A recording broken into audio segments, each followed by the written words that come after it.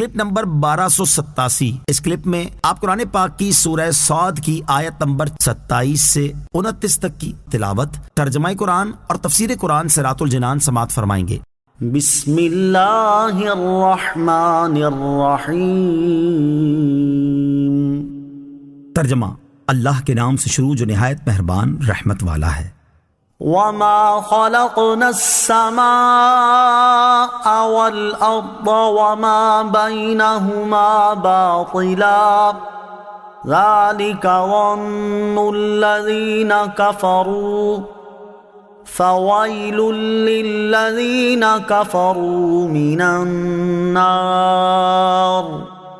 ترجمہ، اور ہم نے آسمان اور زمین اور جو کچھ ان کے درمیان ہے بیکار پیدا نہیں کیا۔ یہ بیکار پیدا کرنے کا خیال کافروں کا گمان ہے تو کافروں کے لیے آگ سے خرابی ہے۔ وما خلقنا السماء والارض وما بینہما باطلا، اور ہم نے آسمان اور زمین اور جو کچھ ان کے درمیان ہے بیکار پیدا نہیں کیا۔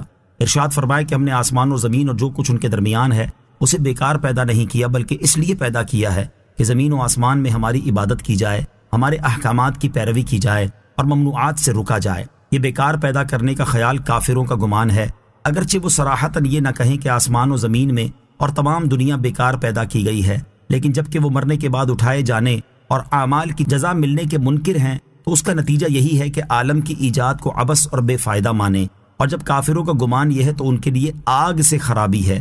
اس آیت سے معلوم ہوا کہ اگر کوئی شخص صراحتاً کوئی بات نہ کہے لیکن اس کی کسی بات کا لازمی نتیجہ جو نکلتا ہو وہ اس کی طرف منسوب کیا جا سکتا ہے، اور اس پر اصل بات کہنے کا ہی حکم لگایا جائے گا۔ جیسے بہت سے لوگ ختم نبوت کے قائل ہونے کا نام لیتے ہیں لیکن باتیں ایسی کرتے ہیں جس کا لازمی نتیجہ انکار ختم نبوت ہے، تو انہیں منکرین ختم نبوت ہی کہا جائے گا۔ ام نجعل الذین آمنوا وعملوا الصالحات کالمفسدین فی الارض ام نجعل المتقین کالفجار۔ ترجمہ، کیا ہم ایمان لانے والوں اور اچھے اعمال کرنے والوں کو زمین میں فساد پھیلانے والوں کی طرح کر دیں گے، یا ہم پرہیزگاروں کو نافرمانوں جیسا کر دیں گے؟ ام نجعل الذین آمنوا وعملوا الصالحات کالمفسدین فی الارض، کیا ہم ایمان لانے والوں اور اچھے اعمال کرنے والوں کو زمین میں فساد پھیلانے والوں کی طرح کر دیں گے؟ ارشاد فرمایا کہ کیا ہم ایمان لانے والوں اور اچھے اعمال کرنے والوں کو زمین میں کفر اور گناہوں کے ذریعے فساد پھیلانے والوں کی طرح کر دیں گے، یا ہم پرہیزگاروں کو نافرمانوں جیسا کر دیں گے؟ ہم ہرگز ایسا نہیں کریں گے، کیونکہ یہ بات حکمت کے بالکل خلاف ہے، جبکہ جو شخص جزا کا قائل نہیں وہ ضرور فساد کرنے اور اصلاح کرنے والے کو فاسق و فاجر اور متقی پرہیزگار کو برابر قرار دے گا اور ان میں کوئی فرق نہ کرے گا۔ کفار اس جہالت میں گرفتار ہیں۔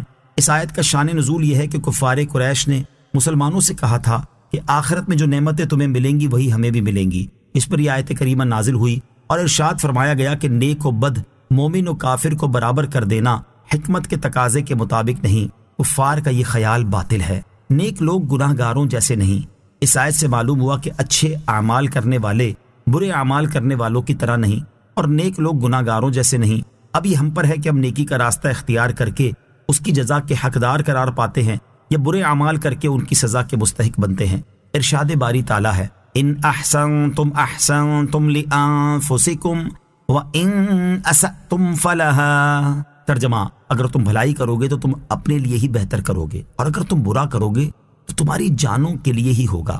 اور حضرت ابو ذر رضی اللہ تعالیٰ عنہ سے روایت ہے، حضور اقدس صلی اللہ تعالیٰ علیہ وسلم نے ارشاد فرمایا، جس طرح کانٹے سے انگور حاصل نہیں کیے جا سکتے، اسی طرح فاسق و فاجر لوگ متقی اور پرہیزگار لوگوں کے مرتبے تک نہیں پہنچ سکتے۔ نیکی اور برائی دو راستے ہیں، ان میں سے جس راستے کو اختیار کرو گے اس کے انجام تک پہنچ جاؤ گے۔ اور حضرت ابو قلابہ رضی اللہ تعالیٰ عنہ سے روایت ہے، تاجدار رسالت صلی اللہ علیہ وسلم نے ارشاد فرمایا، نیکی کبھی پرانی نہیں ہوتی اور گناہ بھلایا نہیں جاتا، اور حساب لینے والے خدا کو کبھی موت نہیں آئے گی۔ تم نیک یا گناہگار جیسے چاہو بن جاؤ، جیسا کرو گے ویسا بھرو گے۔ اللہ تعالی ہمیں برے اعمال سے بچنے اور نیک اعمال کرنے کی توفیق عطا فرمائے، آمین۔ کتاب انزلناہ الیک مبارک لیدبروا آیاتہ ولیتذکر اولو الالباب۔ ترجمہ، یہ قرآن ایک برکت والی کتاب ہے جو ہم نے تمہاری طرف نازل کی ہے تاکہ لوگ اس کی آیتوں میں غور و فکر کریں اور عقلمند نصیحت حاصل کریں۔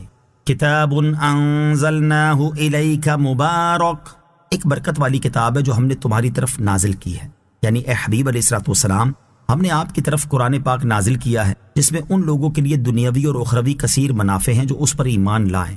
ہم نے قرآن پاک کو اس لیے نازل کیا تاکہ علم رکھنے والے لوگ اس کی آیتوں کے معنی میں غور و فکر کریں اور ان کی تعبیلات جان جائیں اور عقلمند اس سے نصیحت حاصل کریں۔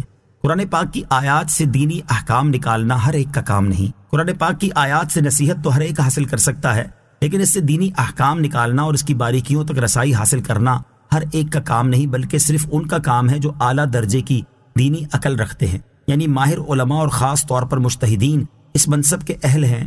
عوام کو چاہیے کہ قرآن پاک سے دینی مسائل نکالنے کی بجائے علماء سے مسائل سیکھیں تاکہ غلطیوں سے بچ سکیں۔ اور یہ بھی معلوم ہوا کہ فقط قرآن پاک کی عربی عبارت کو پڑھ لینا نزول قرآن کے مقصد کو پورا کرنے کے لیے کافی نہیں، بلکہ اس کی آیات کے معنی اور ان کا مطلب سمجھنے کی کوشش بھی کرنی چاہیے تاکہ اس کی آیتوں میں غور و فکر کرنا، اس میں بیان کی گئی عبرت انگیز باتوں سے نصیحت حاصل کرنا اور اس میں بتائے گئے احکامات پر عمل کرنا ممکن ہو۔ جبکہ فی زمانہ صورتحال یہ ہے کہ قرآن پاک سمجھنا اور اس میں غور و فکر کرنا تو بہت دور کی بات ہے۔ یہاں تو قرآن پاک گھروں میں ہفتوں بلکہ مہینوں صرف جزدان اور الماریوں کی زینت نظر آتا ہے، اور اس کا خیال آ جانے پر اس سے چمٹی ہوئی گرد صاف کر کے دوبارہ اسی مقام پر رکھ دیا جاتا ہے، اور اگر کبھی اس کی تلاوت کی توفیق نصیب ہو جائے تو اس کے تلفظ کی ادائیگی کا حال بہت برا ہوتا ہے۔ اللہ تعالیٰ مسلمانوں کے حال زار پر رحم فرمائے اور قرآن پاک صحیح طریقے سے پڑھنے، سمجھنے اور اس پر عمل کرنے کی توفیق عطا